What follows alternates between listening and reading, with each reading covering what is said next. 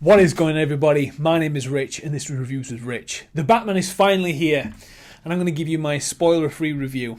Make sure you come back in a few days for my follow-up video, which will go more into the plot details and major revelations.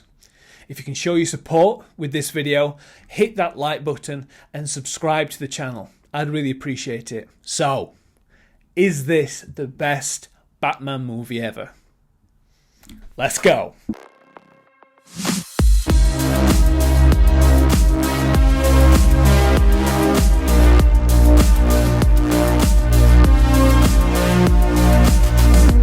So The Batman is not linked to any other franchise. It's not a sequel or prequel to any of the previous Batman. So it's a brand new Batman story, not linked to anything. So the story, we join Robert Pattinson as a vigilante on his second year of crime fighting. Villains are rising. Gotham is a real mess. A new serial killer in the form of Riddler starts killing a lot of Gotham's high-ranking officials, leaving clues for the Batman at every point, leading to a wide investigation. Honestly, it's been a few days since I've seen the film. Better late than never we're doing this. I haven't stopped thinking about this movie. It's felt so special and it blew any expectations I had out of the water. I was thrilled by the story, moved by all the performances on screen, and stunned by the cinematography, score, and the direction of Matt Reeves. This is a very different movie we've ever seen before for The Dark Knight. It's gritty, realistic, noir detective story, and in my opinion, more of a graphic novel movie than a comic book movie.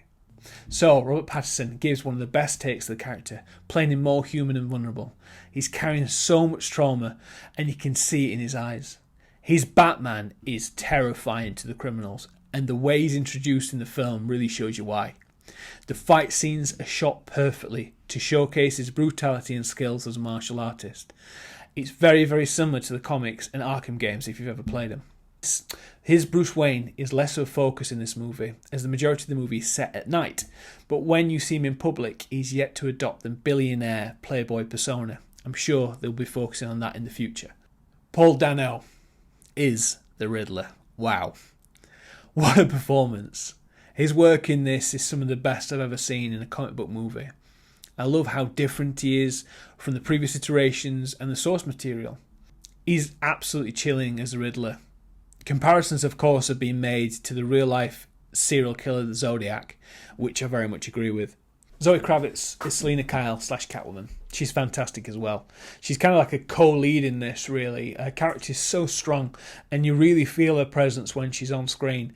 Her chemistry with Batman is, of course, fantastic, and you can really see her carrying her own film or TV show in the future. I'd love to see it, actually. There's more to say about her character, the same with the Riddler, but I don't want to spoil it for you. Colin Farrell is unrecognisable as the Penguin. He's absolutely perfect for this, and you just forget it's him straight away. His charm really shines through, though, so you can kind of see why HBO Max have given him his own show after this. One of my favourite action scenes is the Batmobile chase with the Penguin. You've seen it quite a bit in the trailers and the marketing material, but you haven't seen anything yet. Usually car chases in movies bore me to tears. Just lack of weight and all repetitive, but this one had me absolutely gripped.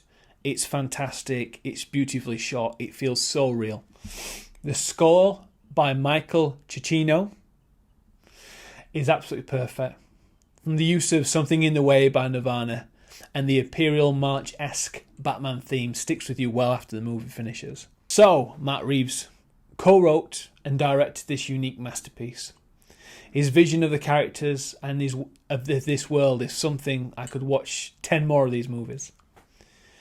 What he did for the Planet of the Apes franchise and his first film, Cloverfield, just shows you the level of his talent as a filmmaker. I really hope Warner Brothers give him the same creative control they gave him for all of the future Batman films. So, the good, the bad, the ugly. The good: direction, the story, the acting from everyone. The fact that this is the first chapter is something really special for DC films and for the Batman. The bad: nothing bad for me. I do think 3 hours might be a bit daunting for some. But for me, I could watch a 5-hour version. I just need to maybe chill it out with the coffee. The Ugly. The fact that this was delayed so much due to COVID means that there will be a slight delay with the sequel. They haven't started filming it yet. They haven't started. Well, I'm assuming they've started writing it, but they haven't started filming it yet. So it's going to be a while before that comes out. So my first official score, 10 out of 10 for this one. It's an absolute modern day classic, and it's the perfect Batman film. The level of detail and class in this is just absolutely amazing. As I said, I haven't stopped thinking about this film. It's just an absolute stunner. After you've stuck around so much at the end of this video, I really appreciate it. Please like, subscribe, and tell me who you would like to see in the Batman universe. For me, I'd love to see a grounded and gritty Mr. Freeze, or a Court of Owls story. I do think there's a while off though with that, but it's really, really interesting to see what's going to come. Thank you again for supporting me, and thank you for watching this video. I'll see you very soon. Take care.